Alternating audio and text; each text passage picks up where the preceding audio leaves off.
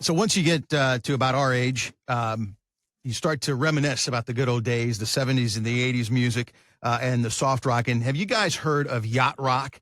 That's the nickname for the soft rock music that's dominated, of course, the dial back in the 70s and 80s. And they're actually coming out with a documentary. Have you guys heard about this? It's coming out here in November. Michael, I just want to let you know the look of Ryan's face when you said, when you get to our age. Our age. Well, he's not there yet. He's not there. He's not even at that mid-century age yet. Yeah, he's that youngster, so he doesn't. I think he's heard of yacht rock because he, saw it like on a post in a YouTube posting or that type. Yacht rock they have a channel on satellite radio. I know what it is. I mean, I imagine yacht rock to be Kenny Loggins. That's what I kind of imagine it to be. Yeah, it was that 70s and 80s kind of pop rock, kind of soft something rock that people would be listening to on their yachts. Yeah, that's it. Yeah, exactly. And when you go to the concerts, people are wearing the captain's hats. Yeah, have you guys seen that? That's a big thing. They're actually Judge Smales from Caddyshack. That's what I imagine. Yeah, exactly. That's exactly it. Well, Yacht Rock is coming out with a documentary. It's going to be on, I believe it's on Cinemax now. But I want to play a clip from Michael McDonald. He's talking about still making music, and you got to think about this thing. These guys are in their 70s now. Listen to what Michael McDonald had to say about still making music at his age. It's a lot of fun to still be doing it. For us to get up on stage and play rock and roll and have people enjoy it is a great thing at our age, and it doesn't mean that the next day we won't be on the freeway in the left lane with our blinkers stuck on 40 miles an hour. But on stage for that brief hour, we're still, 20 years old in our heads, Isn't that amazing? And Mike, you actually, and we're going to get to the retirement lifestyle portion of the YouTube episode here, but we're just having fun with this because it's interesting. You interviewed the Doobie Brothers about 10 years ago in Nashville. Yeah, actually was kind of interesting. So I have two Doobie Brothers stories. My first real rock concert. So my mom and dad took me to see Sonny and Cher when I was like 7 or 8 years old. So we're considering Michael McDonald to be rock. So the Doobie Brothers were definitely rock. Back in the 70s and 80s, they were considered rock, or certainly in the 70s. And so the first rock concert I went to was in Japan. Gosh, when I was living in Japan with my dad, and it was in the early 70s, and it was Queen opening for the Doobie Brothers way back in the day. So that was like my first rock concert. And then, about 10 years ago, I got to sit down with them, and it was interesting. I mean, the yacht rock, the sun from sitting out on those yachts clearly had aged a few of them, and you could see some of the plastic surgery, but it was really cool because these guys are still very, very laid back. They're very down to earth. There's some personality issues going on with different members of the band, but I don't know, 40 years later, they're still jamming. We got to see them up on stage at the Grand Ole Opry. They played a great show. I just saw a video of them the other night. There was a live version of them playing someplace just the other night, and they were still jamming away. And Michael McDonald still has that, that nice, cool, gravelly voice that where you just want to sit down and, take a nap to. It was great. And hopefully he's not in the left lane driving with the start signal on, because that drives me crazy. But he did say when you get to our age. Yeah, he did say when you get to our age. He did say that. And I think it was more talking about me, because I think you're still a good 8-10 years younger than I am, Michael. But I'm about that. Yeah, but not too far away from you. It was a great conversation, and they still jam. They absolutely still jam. Patrick a beast on the guitar. We reminisce when we're at these concerts, and because that's the soundtrack of our lives. But when you think about the artist up there, and they're giving it everything they've got at 60, 70, and some of them are 80 years old. I believe the guy from Leonard Skinner is almost 80. Ricky Medlock. Right. You guys do something similar to that, where a lot of your clients, they retire, but they don't want to retire. They may want to retire from what they're doing currently, but they want to continue doing something. Or, Mike, they may want to follow your 3 bad day rule that, hey, you know what? I don't want to retire because I like what I'm doing, but if my boss upsets me, I'm out of here. And you guys have that life. I think that's what retirement's supposed to be about, right? I mean, at the end of the day, you want to be in a position that you can choose what your best life looks like going forward, right? And Michael McDonald says that. I mean, when I talk to the Duke brothers, I've been fortunate. I mean, you guys, I wasn't there for it, but Michael, I know you just got to interview Ricky and Johnny Van Sant, and I've got to interview people over the years. That's just incredible stories, but they're living their best lives, especially these musicians, because they're still doing what they're passionate about, right? And that's what Ryan and I try to convey to people. Retirement doesn't mean you're not working anymore. Retirement means you get to choose whether you want to work any longer, right?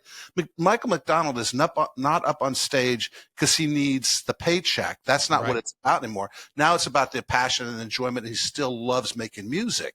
And that's really what I think retirement is supposed to be like. I mean, Michael McDonald is retired doing exactly what he loves doing. I mean, although I don't think you want to be like Frankie Valli, which if you see him up on stage, he's barely moving. It looks like he's being forced to be there because it seems like he might need the money just with how he looks and how he's performing. But, retirement is not, people have this notion that I retire, on a Monday, or I retire on a Friday, and then I'm sitting on the couch and I'm not doing anything. I don't think anybody really has a successful retirement or a truly enjoyable retirement by being that way. I mean, my father-in-law, my father's been retired now for 10 years.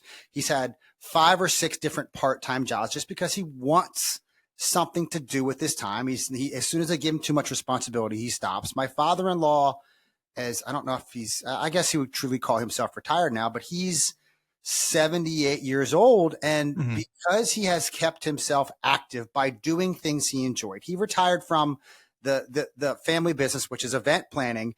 He extricated himself from all the day-to-day, nonsense that goes along with running a business. And then he just focused on, hey, I want to do these, 1 or 2 fun things with the company a year where I'm just the idea man, and then I get to be up on stage with a microphone. So he's just been having fun for probably the last 15, 20 years. And that really has what has kept him young. And that really is kind of what we strive to, tell our clients, is that, retirement is not, like I said, sitting on the couch or doing the same thing every single day. Retirement is doing what you love, because you have the financial freedom to do that. You've worked hard, you've saved, you've planned, you have the income that you need in retirement. Now go out and do what you enjoy. And if you want to find out more about how we can help create these retirement income plans, these retirement plans that help give you that financial freedom, that you can live that life that you really have been longing to enjoy for working all these years, I encourage you to click on the link in the description below. Schedule a phone call with Mike, myself, Lawrence, Andrew, Catherine, Samantha, and our team here at Prostatis, and we will sit down with you and come up with your own complimentary retirement plan. So just click on the link in the description below, and don't forget to like and subscribe to the channel as well. And one of the things I want to point out, that the reason why Michael McDonald can do what he does, and the reason why your dad can do what he does, the reason why, quite frankly, you and I will be able to do exactly what they do, is because we actually have a written plan, right? You can't get through anything without having some sort of plan, and winging it is not a plan. Winging it is exactly what it sounds like. And you may have been successful just kind of, flinging it against the wall and hoping for the best. But I'm telling you right now, Michael McDonald and the Doobie Brothers, the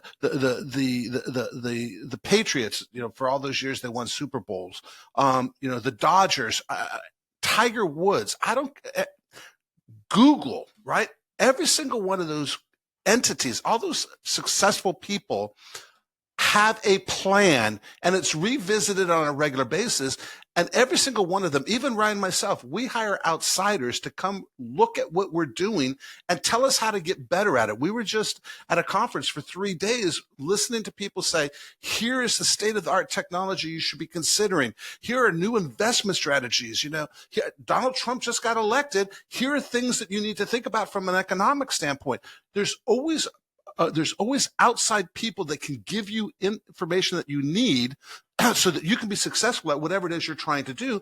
And that's what Ryan and I bring to the table. We know people want to have the retirement they've always dreamed of. And Ryan's retirement is different than my retirement. It's different than your retirement. Mm-hmm. I know I'm going to be able to go play golf and hang out and do the things I want to do. Ryan has 2 little girls. You know what Ryan's retirement's going to look like? He's going to be living next to the daughters, wherever they happen to be, while Meredith, his wife, helps raise those grandbabies. That's exactly what the way his retirement's going to be. I know that, and that's still 20 years away. Well, I already know that's what it's going to look like. Am I wrong? That is the life I am living right now with Meredith's mother. They chose to live 2 doors down from us. That way they can be as involved as they want to be, which with my mother-in-law, hands-on all the time, or as disengaged as they feel like my father-in-law, where it's when it's convenient for me. And, that was their retirement dream. That's what she envisioned, was that the grandkids could open up a gate and just come over her house whenever she wants. So like Mike said, that's probably the way my life is going to go in retirement as well. But the fact is that you've created a written plan that allows for that, right? Mm-hmm. And so that as you're watching this on this YouTube podcast, our YouTube channel, and as you're listening to us on our podcast, and if you're watching us on television or catching us on the radio, wherever it is that you're tuning in, that is probably the most critical part of any successful retirement, is actually, one, having that conversation about what retirement actually looks like, but 2, having a written plan. Click on the link below. Set up a time to sit down with Ryan, myself, Andrew, Lawrence, Catherine, Sam. I mean, we have a huge team here ready to help you into and through retirement. And it all starts with clicking that little button. So come hang out with us, take 15, 20 minutes. Let's see if we're a good fit and see if we can help you achieve what Michael McDonald did, which is sitting up on stage at age, 75 years old, hanging out, playing with the Doobie Brothers, living the best life that you could possibly be. Click on the link below and join us. And we're also going to repost the Doobie Brothers podcast interview with Mike Kinnett and the Doobie Brothers. We're going to get our good friend Kevin D'Amico to get that up so that you guys can listen to it as well. Unfortunately, there was no video at that time. God, that was 10 years ago. So we didn't have the video component to that yet. But nonetheless, great interview with Mike Kinnett. I believe it was Todd Johnston, right? It was Todd Johnston. No, Tom Johnston. Tom Johnston, who was kind of the founder and lead singer. Right. There was Patrick Simmons. So Tom has always played like rhythm guitar and sang. Yeah. Is the predominant songwriter. Mm-hmm. He kind of has that husky voice, bluesy voice. Mm-hmm. And then Patrick Simmons, the 2 of them formed the band together. Then there was another guy named John, and his last name's escaping me, but John has been a session player for decades. He played with Huey Lewis and the News, and then he joined the Doobie Brothers in, I think the early 80s. Probably right around the time that Michael McDonald joined. And I just can't remember John's name, but John, he brings an interesting flavor to the group as well. John McPhee. There you go. John McPhee. He plays a badass steel guitar and a badass slide guitar. Yep. I mean, just absolutely incredibly musician. I've seen him up there with mandolins. I mean, he is a very versatile musician.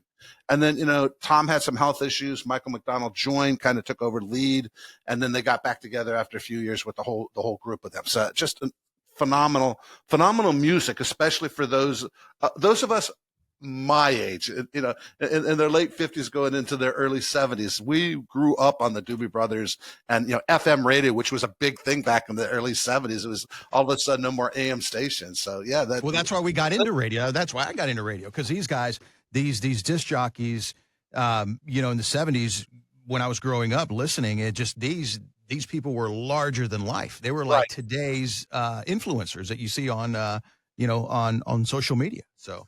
Influencers? Reminisce. What is that? What's influencers? I don't know that. Oh, that must be Ryan generation thing. No, So that's, another 20 years from now, we'll have, instead of yacht rock, it'll be influencer rock, right? Influencer rock. I'm young, but that's about 20 years younger than me. Yeah. That's what the influencer crowd really is. So that but I thought Jake Paul or whatever his name was, isn't he an influencer? He's but Jake Paul's 28 years old. Oh, well, there you go. Yeah, there you go. Okay, there you go. See, that's a whole other conversation. Jake Paul and Mike Tyson. We'll have that. We'll next have that time. next time. All right. Here on the Savvy Investor YouTube episode here. I want to remind you to make sure to subscribe, share, and like with your friends and all that good stuff here. But I got to wrap things up for today. Mike and Ryan, thanks again. As always, you guys sign us off. This is Ryan Herbert. Thank you so much for watching the Savvy Investor YouTube channel. And this is Mike Kinnett. We'll see you, the Savvy Investor, next time.